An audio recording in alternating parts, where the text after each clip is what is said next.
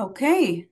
Good morning and good afternoon, everybody. My name is Evelina Voino, and I'm the Senior Manager for CATCA International Eastern Hemisphere. It is my pleasure to welcome you to CATCA's Wednesday webinar on sustainability. As you can see from the slide, this morning's webinar is titled Sustainability, Don't Leave Your Future to Chance. And the webinar is a result of a collaboration between CATCA's National Coalition Institute and CATCA International. For those of you who are not familiar with our international department, CATCA International has played a pivotal role in establishing over 300 substance prevention coalitions in 28 countries since the inception of the international program in 2005. Currently, we are working in 20 countries on 5 continents and in 6 languages. The topic of sustainability is of great interest and importance to coalitions all over the world, and we are thrilled to bring you this webinar today. Our presenters are seasoned CATCA trainers and prevention specialists, Mr. Colbert Prosper and Ms. Yvonne Stroman. Before I pass the microphone to our presenters, however, so they can introduce themselves in slightly more detail, I would like to share with you a few important notes about today's session. First, we strongly encourage you to utilize the question and answer box or the chat box and post any questions you may have during the session. The presenters will be monitoring the chat box and will do their best to answer all of your questions, either during the course of the presentation or during the Q&A session at the end. If we run out of time, we will make every effort to follow up on your questions by email. Second, if at any point during the session you are having technical difficulties, please let us know in the chat box. My colleague, Alexander Stump, and I will do our best to assist you. Finally, we kindly request that you help us improve this and all future webinars by completing a short evaluation at the end of the session. The presenters will share a QR code, and there will also be an evaluation link posted in the chat box at the end of the presentation. Your feedback is crucial and greatly appreciated. Without further ado, I'll hand over the floor to our presenters so they can briefly introduce themselves and delve into the exciting world of coalition sustainability. Thank you. Well, good morning, everyone. It's great to have you here. Welcome, welcome, welcome. Whether you are experiencing afternoon time or whether you're experiencing early morning time like myself here on the East Coast in the great state of the United States, specifically Pennsylvania, I bid you a welcome and greetings. My name is Yvonne Stroman. I am a trainer from CADCA, have been training with CADCA for over 10 years now. I am the lead adult trainer with our youth leadership program, and just really excited to be here with you all to share with you some information about how you can sustain the work that you're doing in your communities for a long time to come. I often tell our young people, this is a workforce investment. And when we're investing in our communities, when we're investing in our people, we have the opportunity to change the shape and landscape of our communities.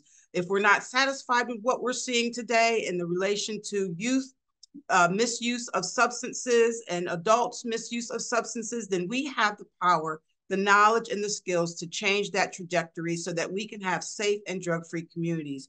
I am just delighted to be here. I hope that you will embrace the information that we're going to share with you. As Evelina said, please feel free to use the chat box this morning. We're going to try to entertain as many questions as you have. We're going to allow for a Q&A period at the end of our time together. But do not be discouraged. If you don't get to your question today, know that we're going to accumulate these questions and make sure that we send those back out to you so that the information you have, you're even more amped to create change in your community. Colbert?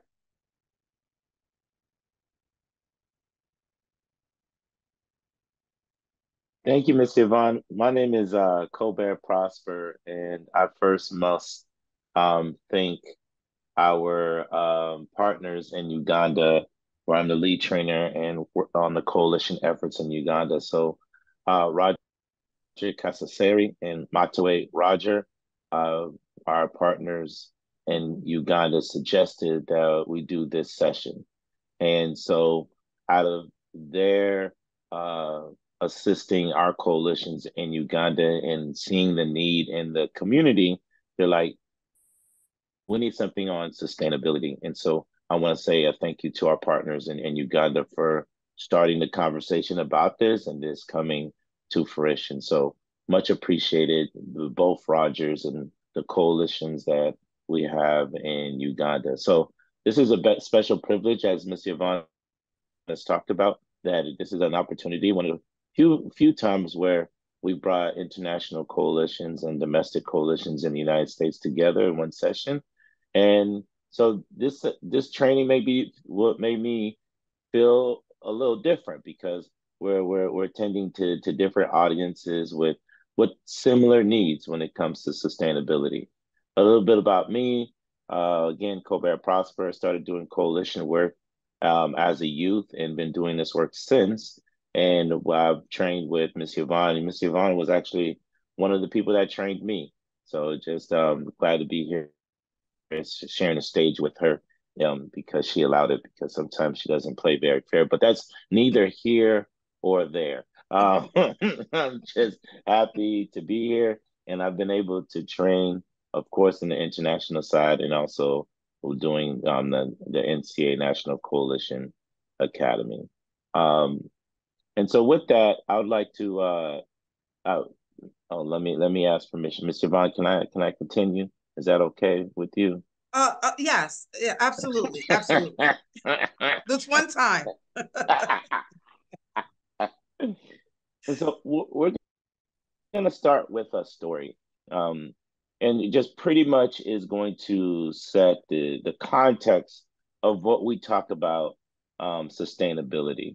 And with this story, we'll ask you all a few questions in the chat box, so feel free to answer. But definitely, what are we preventing, and how do we sustain our prevention efforts? What are we preventing, and how do we sustain our prevention efforts?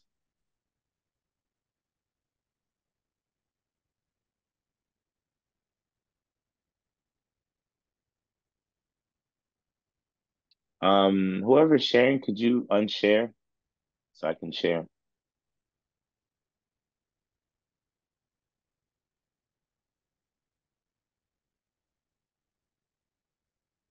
Thank you. Mm-hmm.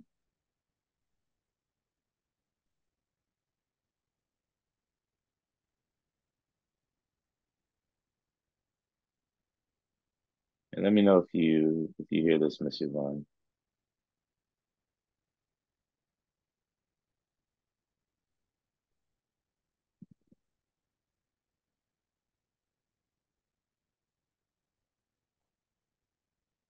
Your screen went away. Okay.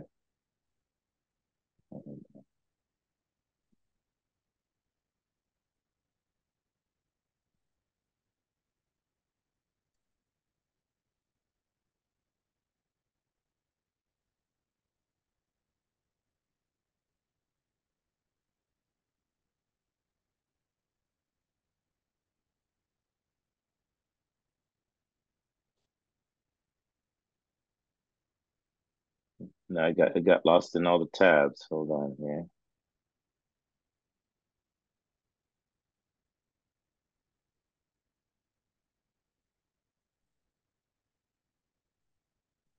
I'm excited. I feel like I'm getting ready to watch a movie, so my hands are rubbing together with excitement and anticipation. You're going to share with us, Colbert. All right, here we go. Imagine a warm, sunny afternoon. Suddenly, you spot someone in the river being swept downstream and struggling to stay afloat. Without hesitation, you jump into the river and help the person to shore. As you help that person dry off, you hear another cry for help. Someone else is being swept downstream. Immediately, you jump into the water again and pull out this second person. This scenario continues all afternoon. As you pull someone safely to land, you have to jump back in and save someone else. Finally, you say, "I can't go on like this," and walk upstream to see what's happening. As you walk upstream, you warn other bystanders. "People are falling in the river. Please help them. Tell everyone you know." Finally, you find the problem. You notice a large hole in a bridge which is causing people to fall in. Something must be done. First, you put up a sign to warn others about the hole in the bridge. You warn anyone you see about the hole and ask them to help spread the word of caution. You even start offering classes to help people in the community learn how to swim, just in case they do fall in. Finally, you realize that to truly minimize the problem, you have to repair the bridge. You work with others in the community to close the hole. Occasionally, some people still fall in, but there are far fewer people that need to be saved.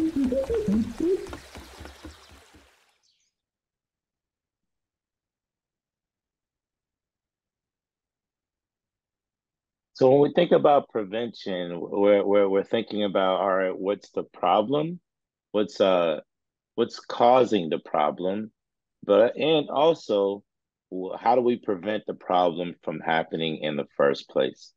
And who do we need to be talking to and collaborating with to minimize that problem? And so when it comes to, and this is a question for everyone on the participants, when it comes to sustainability and looking at this river story, what are the things that you think you'd have to sustain? So when it comes to sustainability and watching this river story, what are the things you think we need to sustain in order to make sure less people fall in the river? What are the things we need to sustain over time?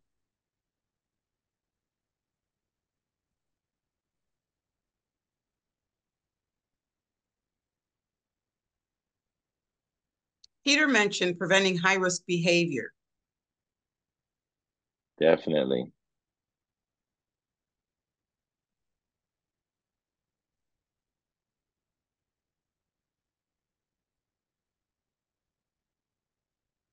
Barbara said you need your resources.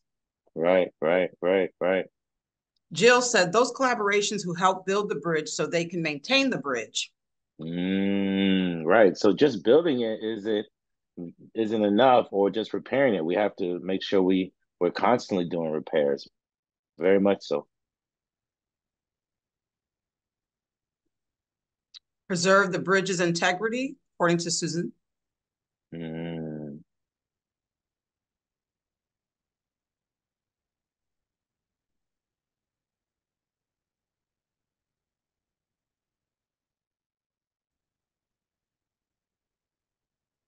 Someone asked where can they post their responses, and you could put them either in the Q&A or the chat. We are monitoring both, but right now most people are in the Q&A. So if that helps, you're more than welcome to include your comments.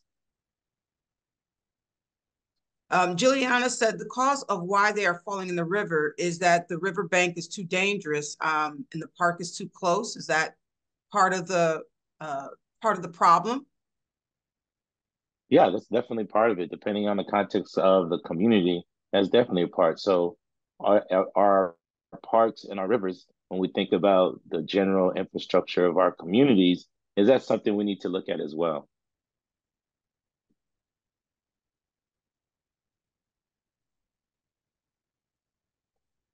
I see Susan said, make sure the bridge is accessible to all.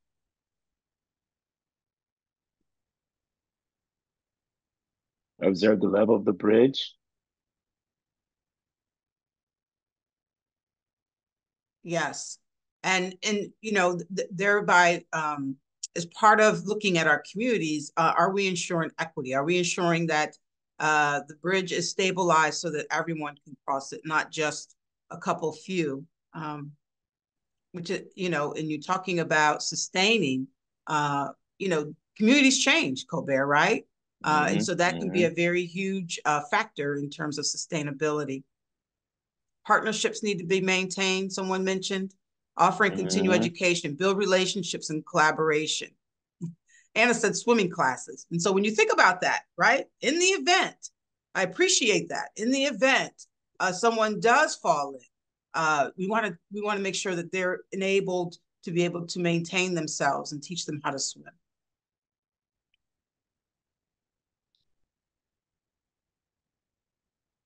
Joseph said, educate more community members on how to swim and also repair the community bridge with the help of all members in the community.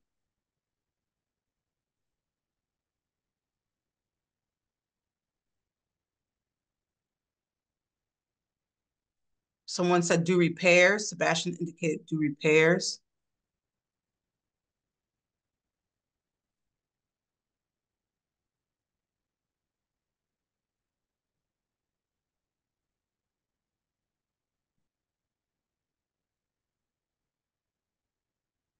Yeah, see, Howard, why do ask the questions? Why do people continue to fall into the river?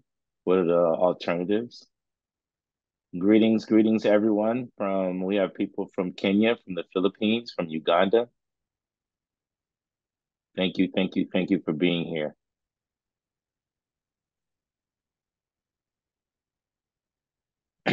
So very good. So we talked about resources that we'll need in order to maintain and fix the bridge.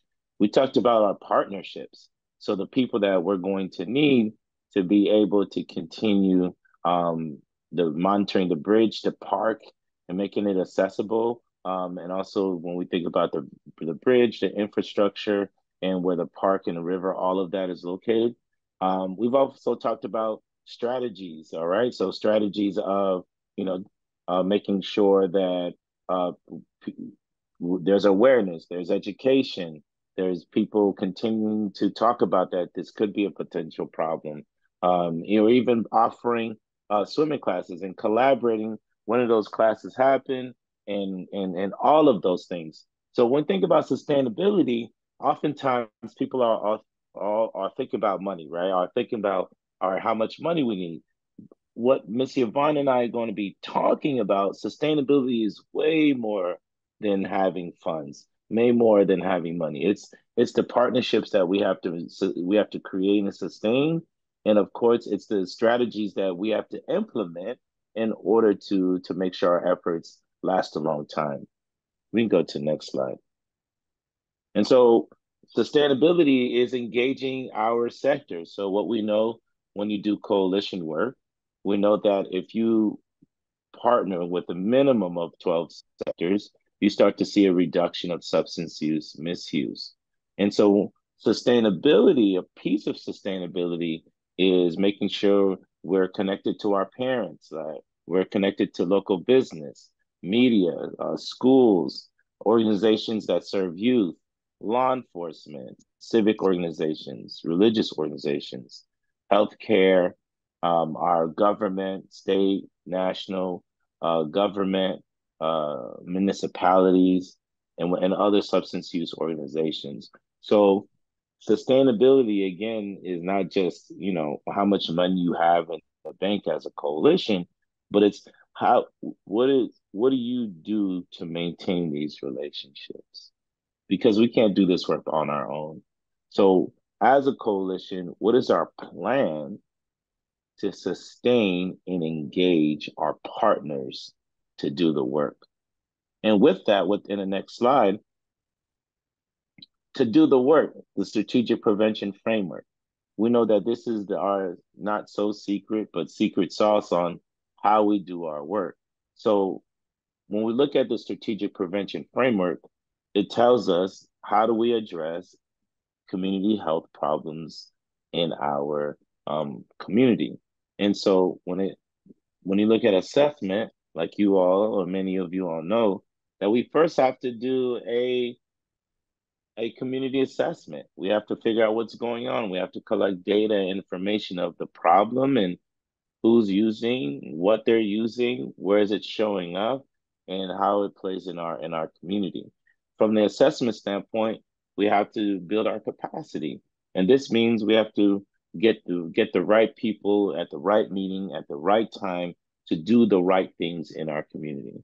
And so once we have our people and once we have those partnerships, we can now plan on who's gonna do what. And so that planning then turns into implementation. Implementation says, all right, we've talked about, we know what our problems are, we have the people, everybody knows what they're doing, and we're pressing go. And then evaluation. Did what we do work? Did what we do work? And then we have sustainability and cultural competence in the middle. Sustainability is what we're talking about now. And what I love about the strategic prevention framework, in every element, of the strategic prevention framework, we're thinking about sustainability. And so when it comes to our community assessment, we're thinking about sustainability. When it comes to capacity building, we're thinking about sustainability. Planning, we're thinking about sustainability. Implementation, we're thinking about sustainability. And evaluation, we're thinking about sustainability. All right. And so what I appreciate our partners from Uganda, Roger Kaseri and Matwe Roger, just like this is a need that we need to be continuing to talk about, because sustainability, again, is more than funds. It's the people the relationships that we have to maintain, and also the strategies that we have to maintain. So when it comes to the strategic prevention framework, we have to sustain our efforts for the long run to see the changes in the community that we want to see. I appreciate everyone sharing where they're from and who they are. So please continue to share where you are and where you come from. This is pretty dope where you have people around the world right now tuning in and talking about sustainability. Before I continue, does anyone have any questions? So when we think about prevention, sustainability, we're thinking about our people, we're thinking about our efforts and the resources we need to establish those efforts. All right. So when we think about overall sustainability, we're thinking about our resources, the things that we're going to need, the strategies, the strategic prevention framework, and the sources when it comes to our partnerships, who's going to help us, and also what are the type of funding mechanisms that we need. Before I continue and go to give it to Ms. Yvonne, does anyone have any questions?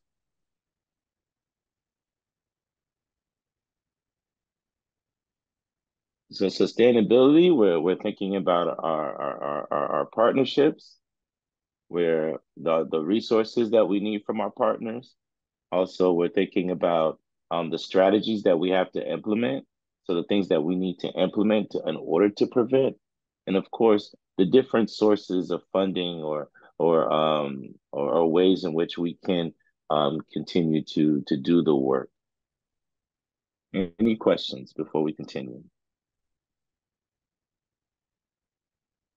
And Colbert, if folks that are in attendance are like me, sometimes I'm absorbing some of the information and then I have an aha moment, and it might be like 5 or 6 minutes later. And so I want to just encourage folks, if you have questions, we have a chat box where you can put your questions in. We will try and allow 10 minutes before we conclude our time together and respond to some of the Q&A that's in the Q&A box as well. So as I mentioned earlier, if we don't get to your questions this morning right away, we will make sure that this continues in the way of responding to what your needs are, and we'll answer the questions throughout the day. We will be working with Elwina and Alexander in the background throughout the day to make sure that your questions are responded to. So continue to please fill up those questions and comments in your chat box and in the Q&A section. And so let's move along, because we want to just kind of talk about, because Colbert mentioned resources. He also talked about strategies, and he also talked about sources. And so all of those things are really pertinent to sustainability, but we really need to give it a definition, right? We're going to need to define what does sustainability mean, because for purposes of working in groups and coalitions in our communities, it might mean something a little bit different and more specific than what you might find in the Merriam-Webster's dictionary. So we're going to give that a definition. And we're going to talk about what are we sustaining? And when we talked with Roger offline a few weeks ago, there was that question about branding. And, you know, oftentimes when we do this coalition work, right, if we were to do a broad stroke of a Q&A in our communities, how many people would actually know our coalition? How many would be familiar with who our coalition or group is and what we stand for? And I really equate this to the business of coalitions, right? No different than if you hear about the big M model, we oftentimes think about McDonald's, or if you think about the swoosh, you could really relate to Nike. If you think about Apple, you know that the brand name is Apple. And so we need to be vigilant about giving our own selves that brand name so that whether it's a sentence or whether it's a picture, community members far and wide know what our brand is. And then what are we going to sustain? What are those resources that are crucial to our survival that we need to sustain? And then how do we keep that momentum? Because it's not enough to achieve that goal of, you know, sometimes when we do the work, we think, well, we got to get to this mountain. And when we reach that mountain, we think, well, now the work is done. Just no different than that river story where the bridge was connected. Did that mean that our work was done? And the answer is no, because how do we maintain the structure, the integrity, so that for years to come, that source is still going to be there? And so we're going to delve into some of those aspects of sustainability and what do we need to sustain, and then how do we go about doing that? And so we pull the definition from the Merriam-Webster dictionary that talks about sustainability. And you can look at it and it talks about harvesting, right? Which means keeping, right? We want to cradle around what we have of those resources so that that is not depleted or permanently damaged. You may know, I know, that I have worked with coalitions years ago, and then 10 years later, they're no longer in existence because that funding went away. And what a disservice that we're doing to the community when we're no longer able to maintain. And so sometimes people get into the grind and the grit of the work of the coalition, and then we got to do this, and we got to do this, and we see the outcome, and then we celebrate, right? And then tomorrow there's no more meeting because we think we've accomplished what we set out to do. But the reality is our maintenance of ongoing, continuing to do the work is really, really crucial for the longevity of wanting to see change in our communities. And sustainability is also about maintaining that support and the process. So we have a process known as the Strategic Prevention Framework. And I love and appreciate that in the middle is cultural competence and sustainability.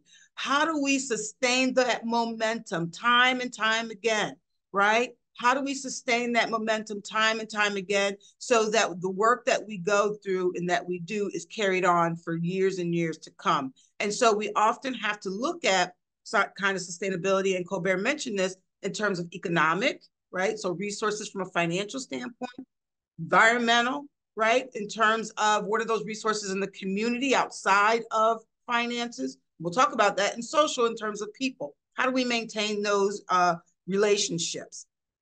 And so it really gets back to when we're talking about coalition sustainability, is to be able to sustain those resources, to intervene at community level and maintain them long enough to see community level outcomes. And I always talk about, when I'm working with our youth through youth leadership, is that we didn't get to where we are overnight. Our communities didn't get to where they are overnight. It took a long time coming for us to see sometimes in our communities. You think about that, and you sometimes walk down the street and you're doing an environmental scan and you're like, when did that building become dilapidated, right? It didn't just happen over time. Things happen. There were conditions in the community that contributed to it. And so when we're talking about change in our communities, how do we sustain that long time to come to say there's a story, that river story that tells the story of we saw something, we intervened, we made a difference, and now we're maintaining it, and it's years and years to come. And so how do we maintain those resources long enough to see community level outcomes? That is where our sustainability becomes critical. And again, people are a critical resource to the work that we do. Again, when I mentioned about working with young people as a workforce investment, we want to pass the baton so that they're able to embrace this process and they are helping to make a difference in communities. And so no matter who we are, no matter where we are, right? And we're taking a look at what we have available to us, whether that is from a financial aspect or even social media, even media in and of itself. We have hard press media through newspaper. We also have media through social media. So we have different levels of media and outlets that can help us communicate to the community at large about the work that we're doing and really help level additional resources. Oftentimes, and you know, and particularly in my community, when they hear about the work that we're doing, individuals get invested and interested and say, well, how can I be a part of that? And isn't that something that we ultimately want to have happen, is that we're so doing the work in such a way that it magnifies others and pique others' interest to say, how can we help? How can we engage in this process and work alongside you? And so when we talk about membership, right, taking a look at who we have around the table, it's often important to do that inventory of saying, these are the people that we have. And Colbert talked about in that drug-free communities mapping, whereby you have different sectors, 12 sectors representative of your community. And sometimes I like to think about who are those other folks that maybe aren't listed on the sector, but can also be of significance to the work that we're trying to do. And so it's about looking at those unusual suspects. And I'll give you an example very quickly for my community. So we have a coalition that is addressing opioids. We have had a high incident rate of overdoses in our community. And so we're looking to say, how do we reduce the number of overdoses due to opioids? And we have this coalition that is headed by our drug and alcohol executive director. But you know what? The co-leader is one of our county commissioners. And when you talk about leadership, when you talk about wanting to get some things done, all they have to do is pick up a phone and make a call, or tap those keyboards and send an email. But when we have leadership at various levels, it can be very impactful. Having said that, one of the things in our community is continuing to take a look at our broad-based volunteer and membership, and to embrace our process, our credible process. And so one of the things that we've done recently over the past year was taking a look at strategically, how can we engage every member of our community sectors to be part of our process, to be part of our coalition to make a difference. In our community, we have a food distribution. And so people who meet income guidelines, they maybe don't have the resources to have food in their homes on a regular basis. There is massive food distributions from our food bank. They give out literally thousands of tons of food every month. They have 30 distribution mobile sites in our communities.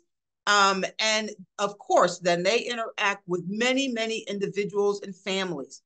I initiated a phone call to their manager to say, what would you think about allowing us to come to your distribution site and giving out information about medication disposal bags and Narcan, as well as other information about prevention and lock boxes that you can lock up your medication. And within 2 seconds, we had formulated that relationship. She said, absolutely, that's possible. That's no problem. Here is our list of mobile food bank distributions. Here are the number of families that we see. And so you're seeing families upwards of 300 in one shot that you're able to give out distribution. Think of the magnitude. Think of the information distribution and the resources that are available through just that, that relationship. And they do it all year round, right? And they do it at least 4 times throughout the week. And so we've been able to magnify the distribution of our information quadrupled. And they're not necessarily coming to our meetings, but I know that I formulated a relationship that anytime there's a new site that comes up, she makes me aware of that, and we now have a new site. So that's just an example about membership base and how you can increase that, right? And embracing them in that credible process of maintaining commitment and maintaining contact. And so sometimes you get things in writing, like an MOU, to say this is what we're willing to do. And sometimes it's not. Sometimes it's a matter of a verbal agreement and a handshake. But that base that I talked about, that food distribution site, knew of us, saw the value in the work that we did, and wanted to be part of that process. And the relevance to community concerns and the importance of why we need to get folks embraced in the work that we're doing is that anytime you can share information about overdoses, about prevention and how we don't want to see the onset of youth engaging in problem behaviors. I don't know anyone in the community that would say, well, that's not a good cause. I don't, at least in my community, and people that I've talked with around the world, I've never had anybody embrace that and say, well, that's not a good cause. And so creating that relevance to the community concern is finding a way of how do you come into those conversations, no matter what they're talking about, to create that community concern. Everyone is concerned about young people and the health and well-being of young people. And that in itself can start a conversation. And so we need to think about how do we relate our cause to those causes that are already maybe occurring in the community, so that we can engage and intertwine those efforts and work together. And then we talk about the financial and other resources that are required to do the work. What are those financial matters that we need, right? We know that from doing our work in the community, some things don't necessarily take a heavy lift of expenditures with finances, right? For example, I mentioned just creating an email and asking, right? That doesn't take a whole lot, but we also know that there are some things that we have to do to spend, such as if we want to create a billboard with a message, or if we want to have a radio show that talks about prevention. We know that those resources are required. And how can we find those resources, and who can we tap to elevate that those resources come to fruition? So when we're talking about that membership, we got to think about recruiting, right?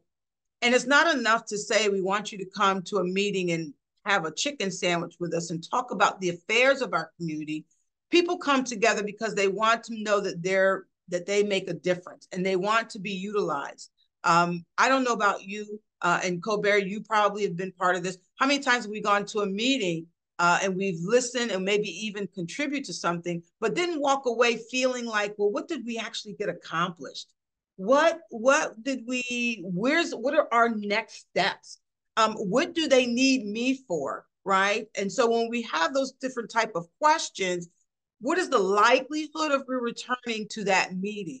And so right away, letting people know what their role is and maybe what we want them to do as they come to join us in our work together, helping them identify what their role. And if we already know that they're doing something in the community that's of significance, maybe bringing that information along.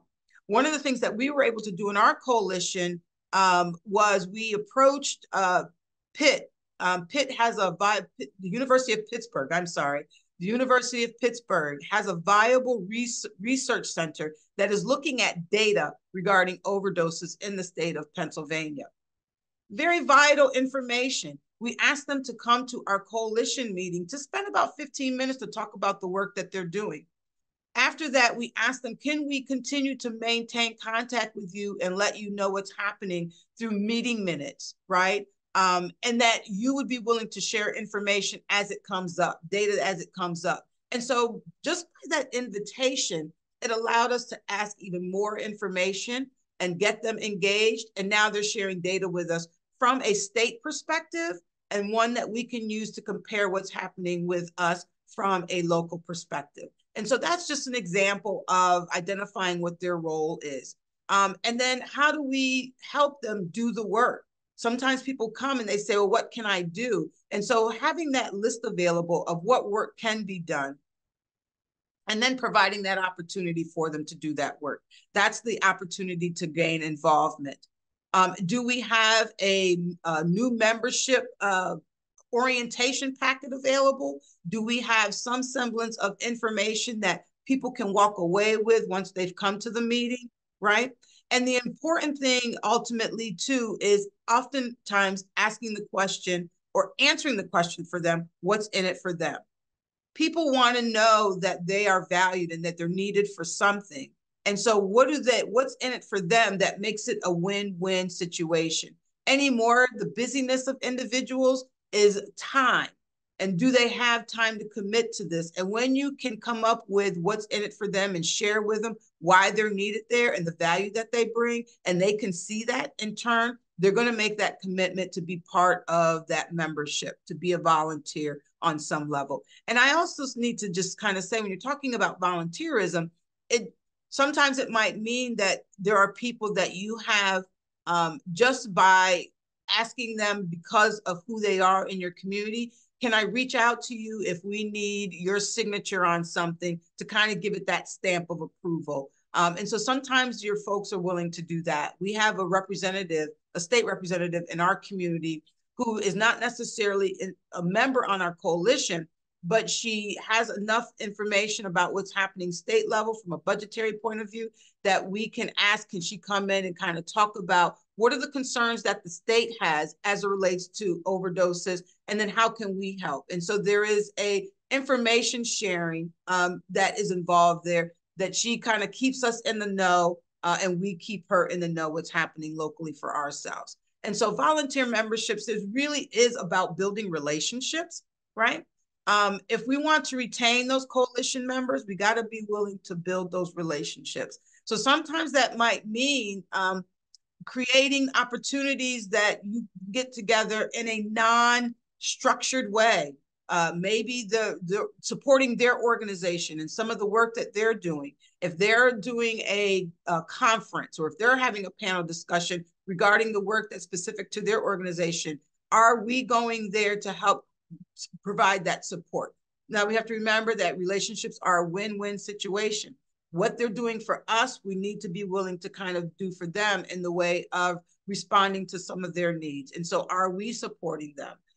It was huge when we had a organization that was looking for some funding, and they needed to have an MOU from another organization that would say we support the work that they were doing. And so that organization approached the coalition, and the coalition said, absolutely, because of the work and the contributions that you've made to us, we can help support you. And it's all about building relationships and helping people identify what their role is.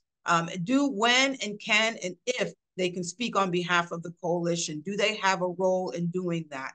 And then that mutual respect is really just a place and space where people can feel as though their word is being heard, that they're being responded to in a way that is helpful and beneficial for them. And that mutual respect about winning and being involved in that membership space and place is part of that recognition that they have for themselves. We want to recognize our members around the table, do we not? Sometimes we might want to, nominate them for an award in their community. We want to make sure that they are seen. And so we want to acknowledge their presence and recognize them for the great work that they're doing.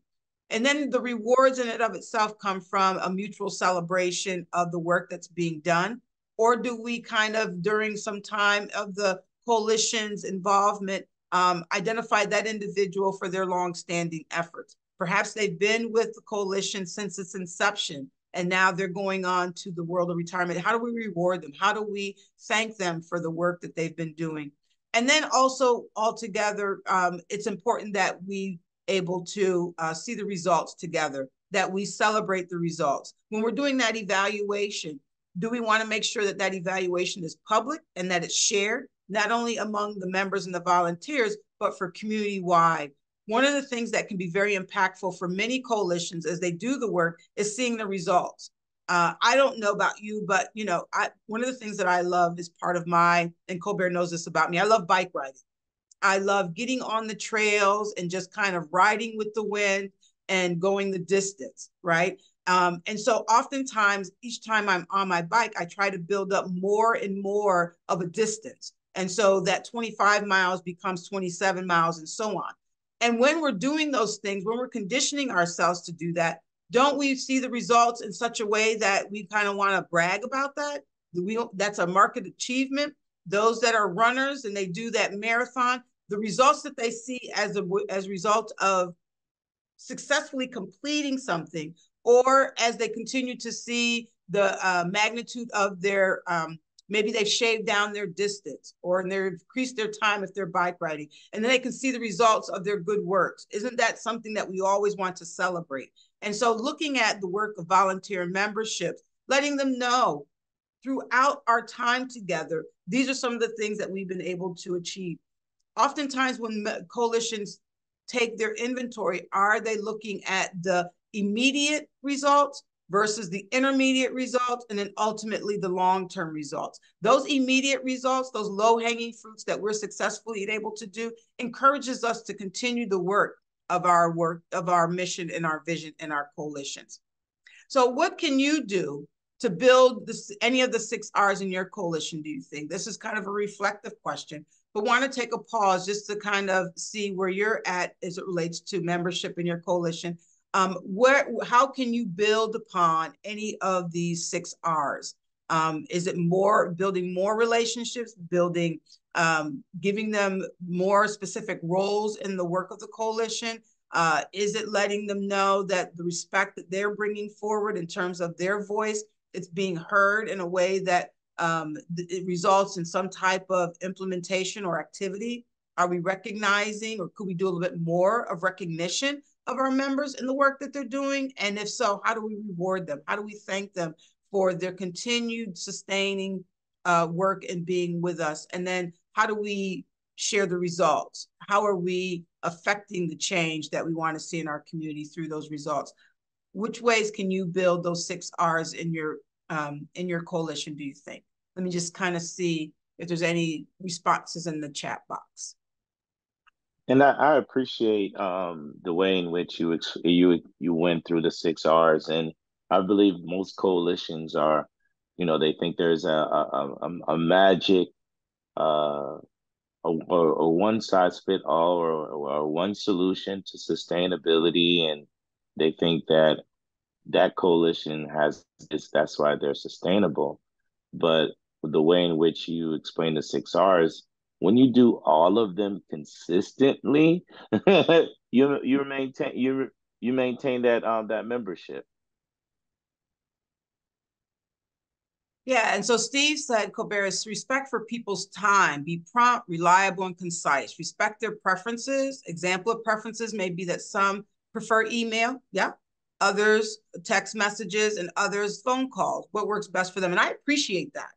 Because I believe, in today's age, there are myriad of ways in which we can communicate. And some folks are saying, text is best. That's how you can contact me. That's how you can connect with me. But then some people like that actual, even face-to-face. Let's have these let's have this meeting face-to-face. I know when we talked about our coalition, Colbert, during COVID, we did a whole lot of Zoom, right? And we were a little concerned because Zoom, we saw 50 people come on screen. It was available. It was easy. People just tap and be right where they're at, right? And then when we said, well, let's kind of meet in person, we were a little concerned about how are we going to be in the way of numbers. And we were very surprised to see that people were ready to come out of their cove. They were ready to come out of their cave and actually meet in person. And so people really embrace the opportunity to see and share information face-to-face in a space that is conducive for conversation, intimate conversation, side conversation. We know how we like those side conversations, right? And so those were really important. And it's about respecting individuals and working with them where they're at. And so I appreciate the responses that we're seeing in the chat box. And also the question I think sometimes is, what is our, coalition's comfort level, and how do we get out of that? How do we get out of that comfort to be a little bit uncomfortable to embrace and recruit somebody that perhaps we normally wouldn't. And as the CADCA Youth Leadership adult lead trainer, I kind of oftentimes ask adults, how do you work with youth? And it's a difference between working for youth, working with youth, and having youth give you a response that can help them create those relationships. And so Joseph talked about feel part of the whole process, right, from beginning to end.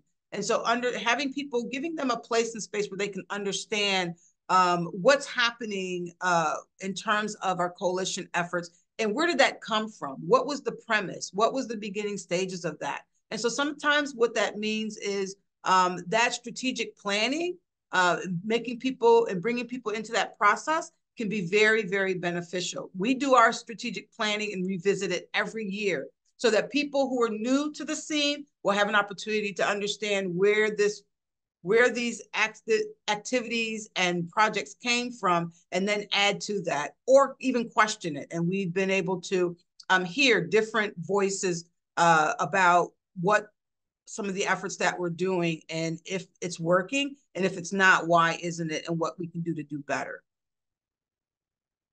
Excellent.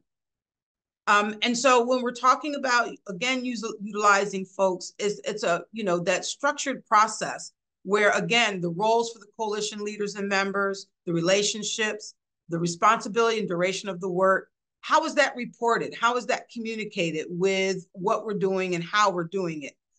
What is the meeting? Is there an agenda at the meeting? And then who's responsible for what? Where is that legality or fiscal line of authority? Those things should be considered when we're talking about sustaining the work of our coalitions.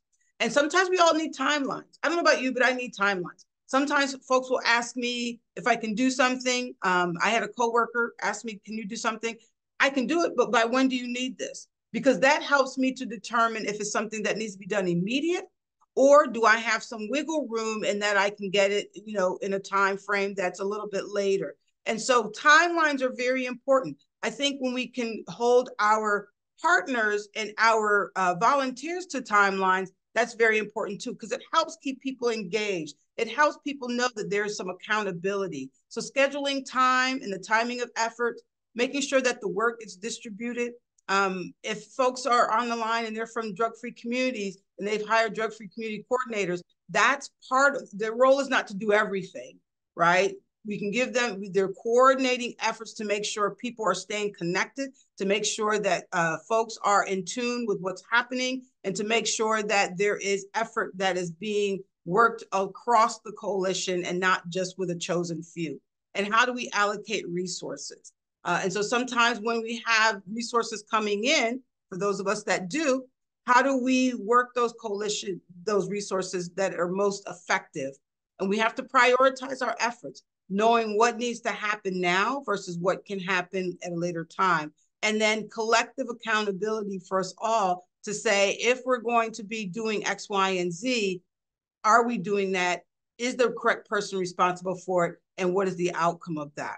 And so having that credible process intact can be very helpful for engaging the work, sustaining the work, and making sure that the work gets done. So how do your groups, how do you engage and sustain members, right?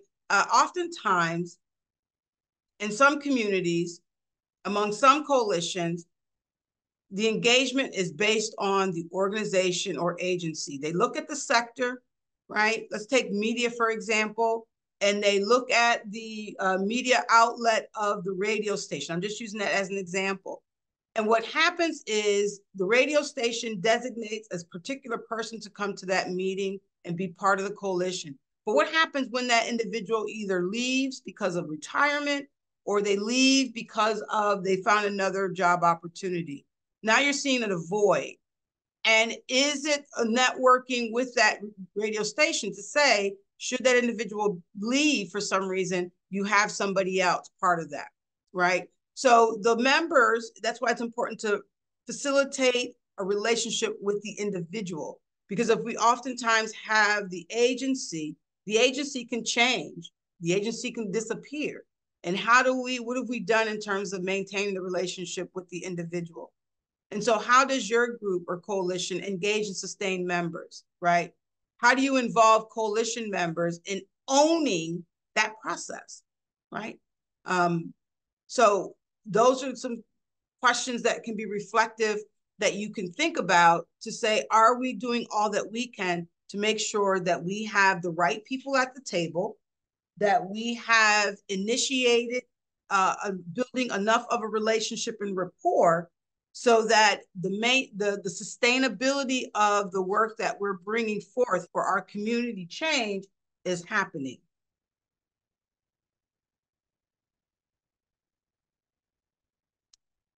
The other thing I will say about identifying key stakeholders, volunteers, and coalition members is the relevance of current community concerns, right?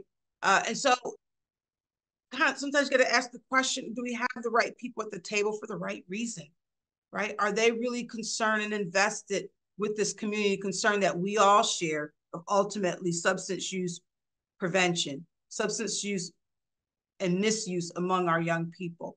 Is everyone having that relevant community concern?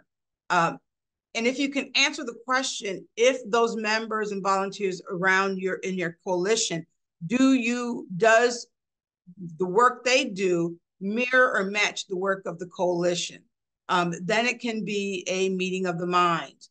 And oftentimes we don't think about, I mentioned earlier about those unusual suspects, right? And so how can we embrace that community store owner to be part of our community concern? And how do we as a coalition express our concern for that community corner store, right? It's vice versa. How can we approach the owner and say, we want to connect with you. We have a concern about maybe some of the sales of tobacco in your store.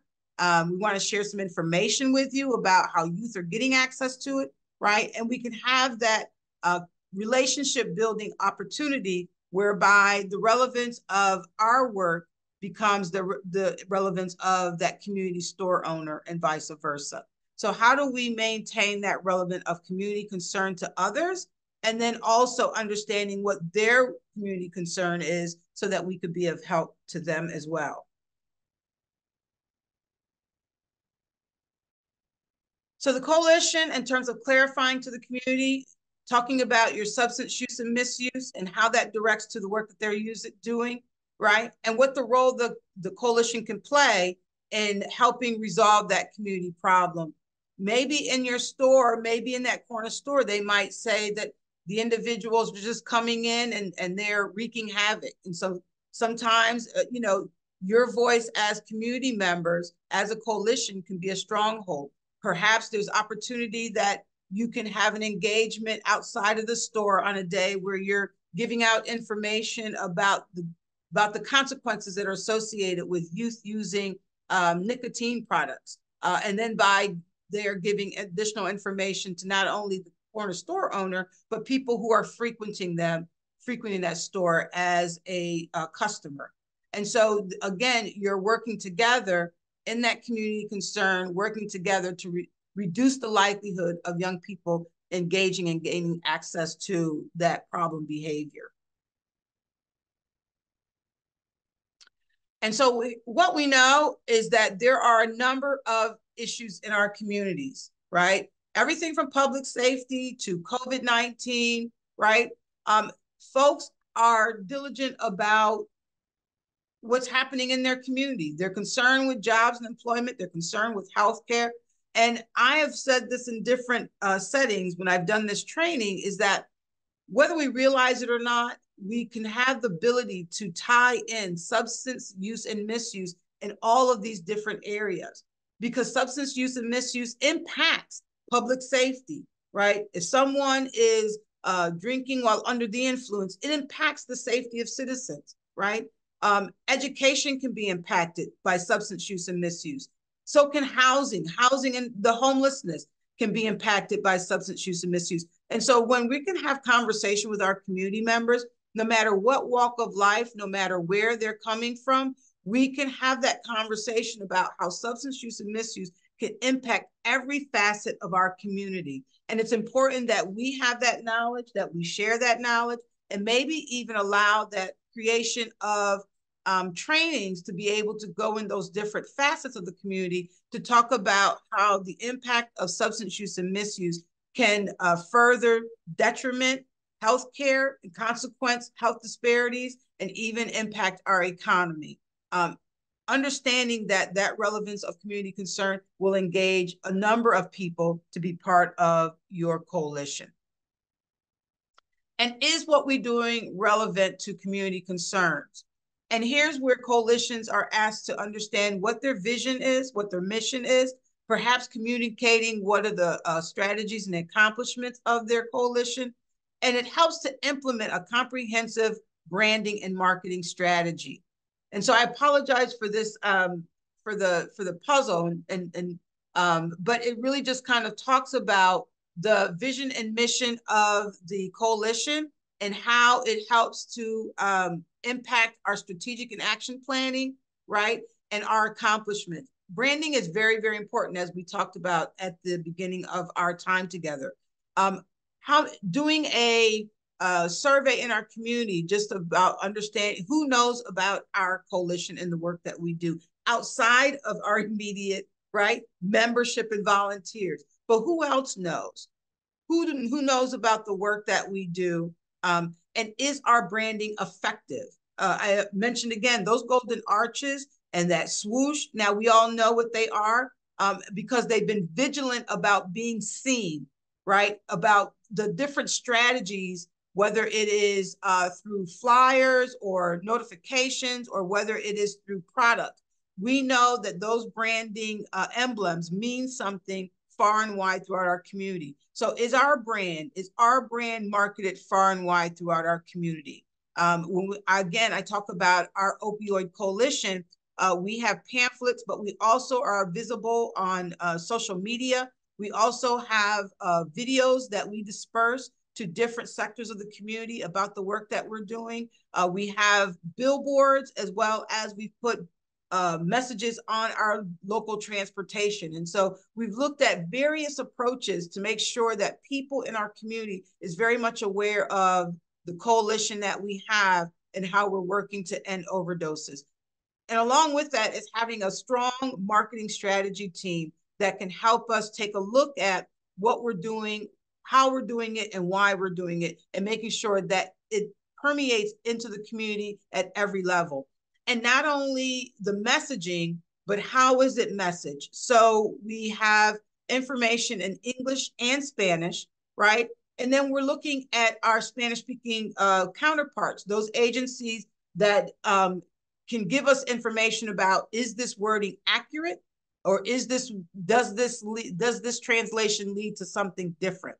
And so taking a look at that comprehensive branding and making sure that it's marketing in a smart way, right? That is specific, it's measurable, it's actionable, it's realistic, and it's timely. Our marketing strategies can be very effective in the work that we're doing so that the information that we get out is reflective with our community and people can embrace the work that we're doing.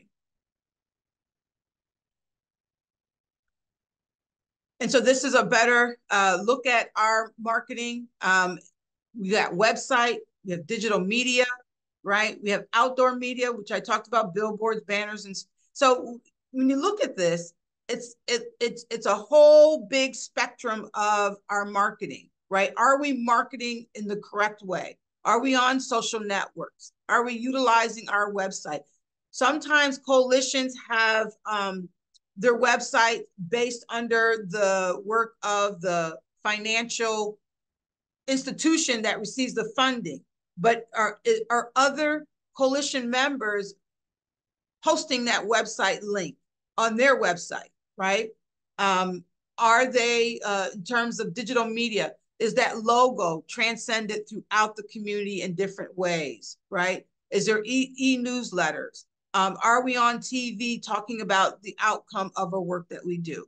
The other person that I will tell you on our community coalition that mentions the work that we do often is our local district attorney. Now, as you know, our district attorney works with our law enforcement for interdiction of seizures, of drug stings, right? And he talks about that in the news media because it makes news, it makes headlines. But in the end, he also talks about the continuation of the work of the SOS Berks Coalition that is looking at reducing overdoses and giving links out to where we can find help for medication disposal bags and Narcan. And so we have the district attorney that's really championing our efforts. And oh, by the way, they happen to have some monies reserved from those drug forfeitures that he gives back to the coalition to help with our marketing plan of creation of magazines and billboards. And that's just kind of thinking outside of the box about what ways and different people in different pockets of our community can help us do the work and enrich and enhance the work that we do. Miss Yvonne, we got a couple raised hands. Okay. So I wanted to address some of them. So Krista Jerome, I'm gonna allow you to um, share or talk, ask your question.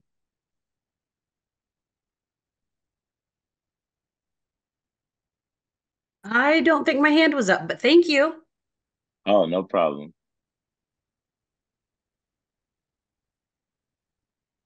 All right. Then we have Teddy.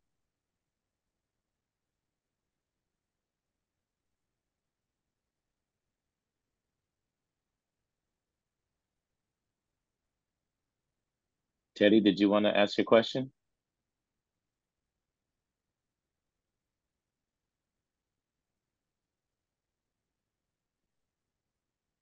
All right. Yeah, I see the hands as well, Colbert. I'm not sure. Maybe they're just waving at us. Maybe they're just saying hi. Maybe, maybe. And if you do have a question or a comment, Daniel has his hand raised. Or maybe they're just checking out the different features on Zoom. We also welcome you to use the chat. There's a chat box as well as a Q&A if you have any questions or comments. Okay. So as I was mentioning about our coalition and our branding and how we market who we are and what our vision and mission is, there are myriad ways in which we can do that. And I would also maintain the importance of that synonymous message. So that there's no confusion about the work that you're doing. Sometimes when we do the work, there might be different messages that we send out that can lead to mixed messages. And so the consistency of that branding and marketing strategy can be very, very helpful.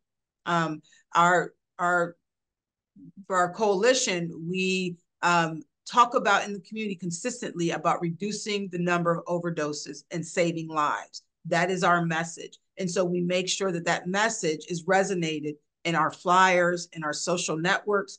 We have videos that talk about recovery and about the importance of Narcan to stop overdoses so that people can access treatment.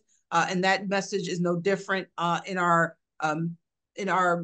advertising and when we're doing the work from a point of being on the radio station or work doing a half-hour segment on TV. So the consistency of that branding and marketing is very, very important. And so just as a question, in terms of relevance to community concerns, how does your coalition ensure that the community members, partners, and other organizations are aware of and value the work of the coalition, right? How does your coalition ensure that community members, partners, and other organizations are aware of your organization or your coalition work, as well as value the work that you do, right?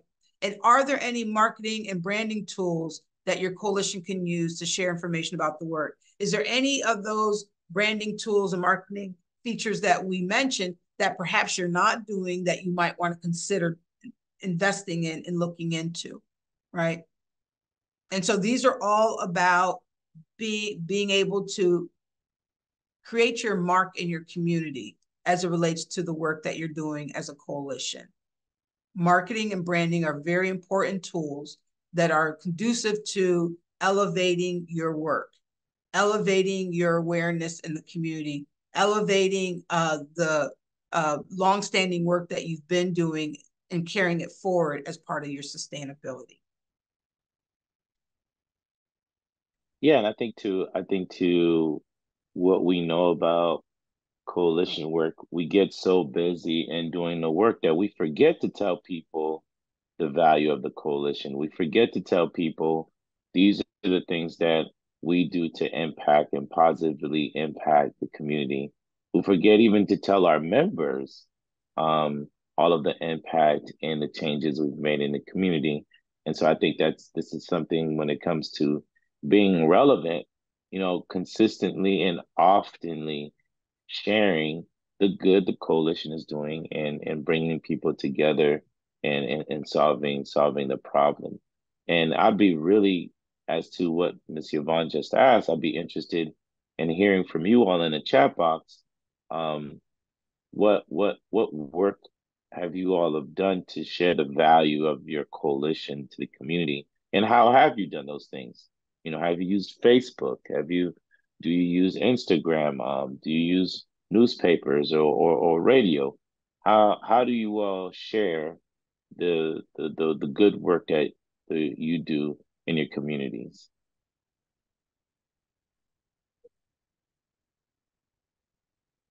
Actually shared radio interviews, etc. Very good, very good.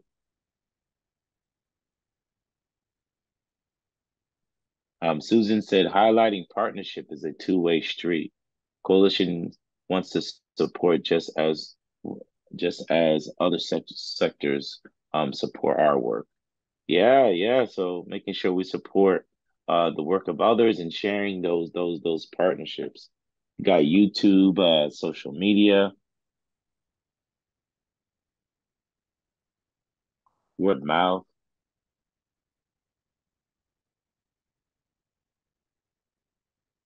What's the difference between branding and marketing? Yeah, so, and I use this as an example because this is just an easy reach. If you think about, like I said, the Golden Arches, right? That's their brand. Everyone knows that the Golden Arches belongs to McDonald's, right? And then they market, but it's not enough for them to know that people know the Golden Arches. They market. You see them on TV, right? They have advertisements in magazines. They have advertisement in papers, right? So they're marketing their brand. And that's what I say about the business of coalitions. That's what we can do. So we know that we have a brand, right? And even your coalition might have a logo, right? How are you marketing that? How are you putting that out into the community that people know that that brand is tied to you and the work that you do? And so that's the difference between marketing and branding. Branding is just that. When I say the swoosh, we all know that's Nike. Everybody knows it's Nike. Nike knows it's Nike, but they still do marketing. They still have, sales. They still take their advertisements into the magazines, and you see them on billboard. They're using popular ball players to advertise that they're wearing Nike shoes, which then increases their sales, right? And so that's the importance of understanding you have a branding in your coalition. You have a logo. You have a mission statement. How are you getting that out into the community? How is that being networked so that it's embedded in every facet of your community?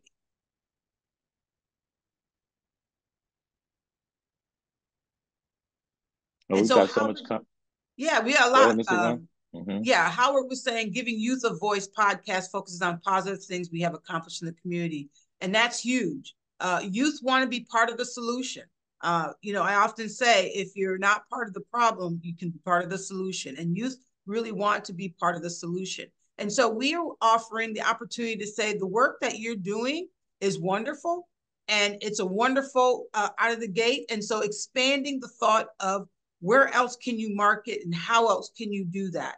As I mentioned, we use our local transportation, our public transportation. We've put messages on our big buses, right? We've put messages on our billboards. I am working on Colbert one day. I am convinced that we can do something with our local pizzeria to put our messaging on their pizza boxes. That's just something that I believe. Oh, wow. How many people order pizza? I don't know about you, but on a Sunday when I'm watching the game, you know what I mean? And so how do we network in such a way that we embrace not only those that are commonly invested in prevention, but also thinking about marketing from a perspective of we have a vast number of people who own businesses who would really like to have us be part of their network and maybe networking with them in a way that our marketing can get into their establishments in a productive and great way.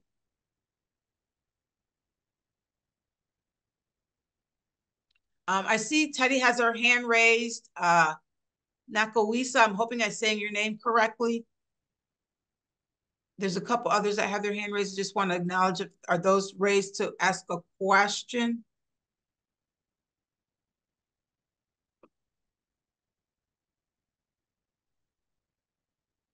Or again, I encourage folks, if you want to put your question in the chat or the Q&A, you're more than welcome to do that.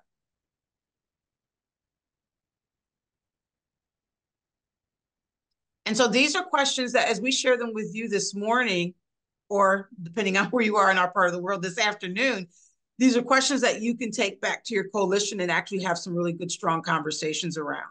And then from that, have a plan of action about how do we get our branding and marketing into the community that enhances the work of the coalition. Again, another sustaining effort. And so to all of those things to Ms. Yvonne is talking about when we talk about being relevant in our community, when we talk about branding ourselves, letting people know who we are, and regularly sharing all the things that we do. All of these go into sustaining our resources, our strategies, and the various sources in which we gain the finances in order to do the work. People don't give money, or people don't share resources with people they don't know.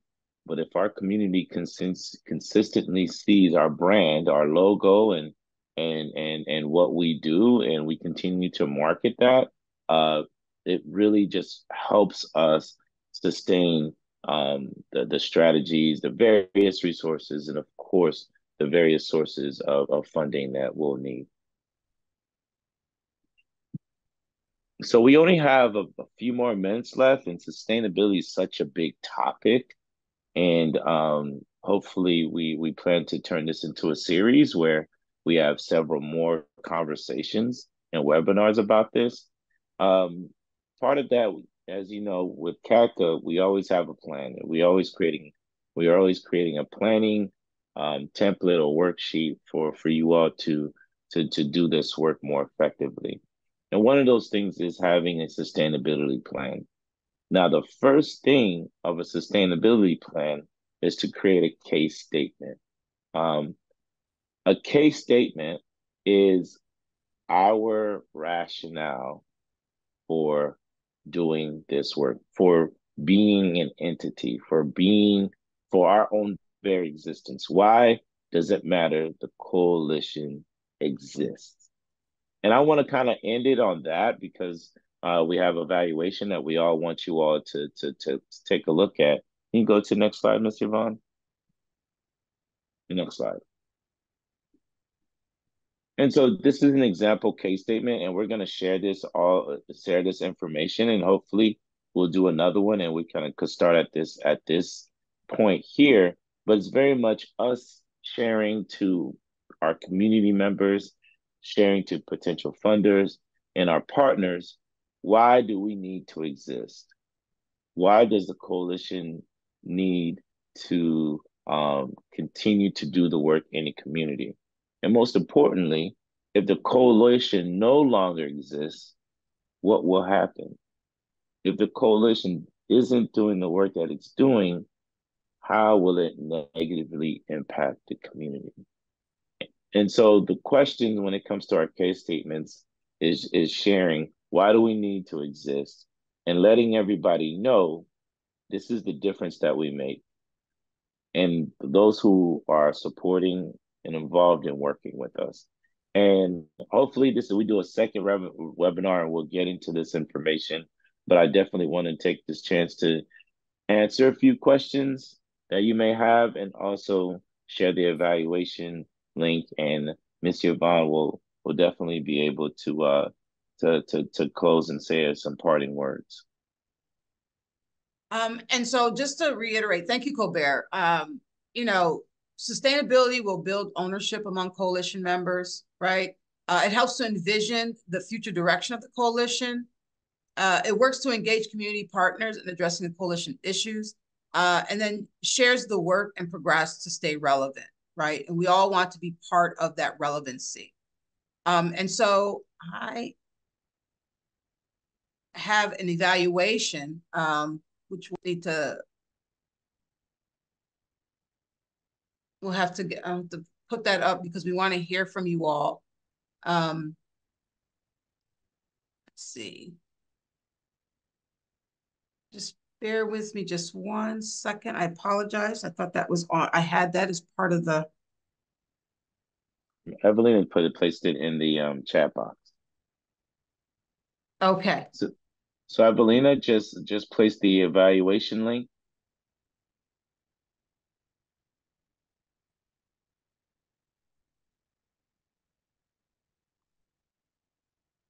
Yes, the evaluation is, and there's a link in the chat box that takes you right to the evaluation. And we're hoping that all of you that were present today, give us your feedback. Let us know how we did.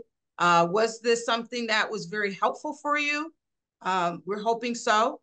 The webinar recording will be available to you. I believe if we have your contact information, you'll be contacted about the availability of the webinar. It's here in the chat. Elwina indicated that it will be mailed to all the registrants. Thank you, Barbara. I'm glad that you found it to be very helpful. The slides will also be available to you as well so that you can refer to.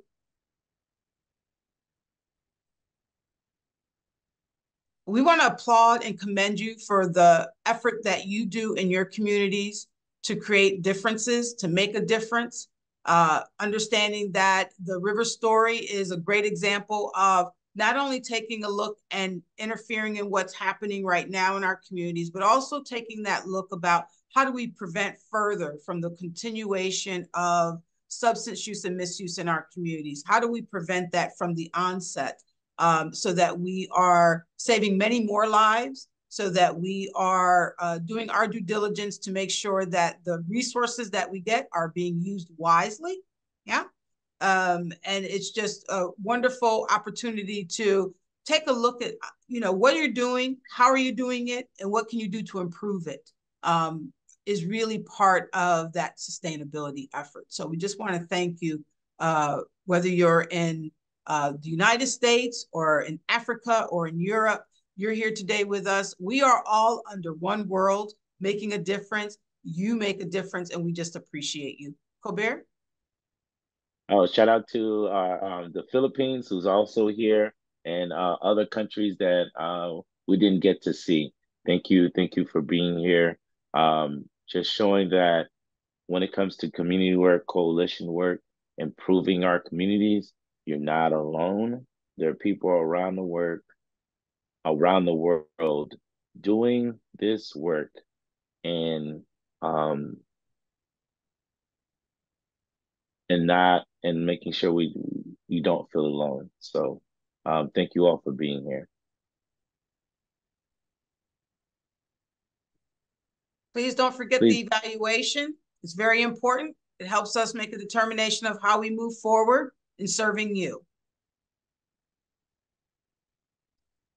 And special thanks to our Uganda partners, who were the ones that reached out to us and then requested this webinar. So thank you for UDEL, Youth Development Link of Uganda, and the director, Roger Kasiri, and the assistant director, Matue Roger. Thank you again for being the impetus for this webinar.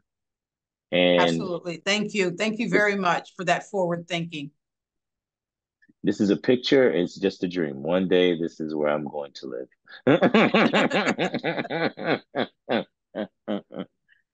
Dr. Raquel, Philippines.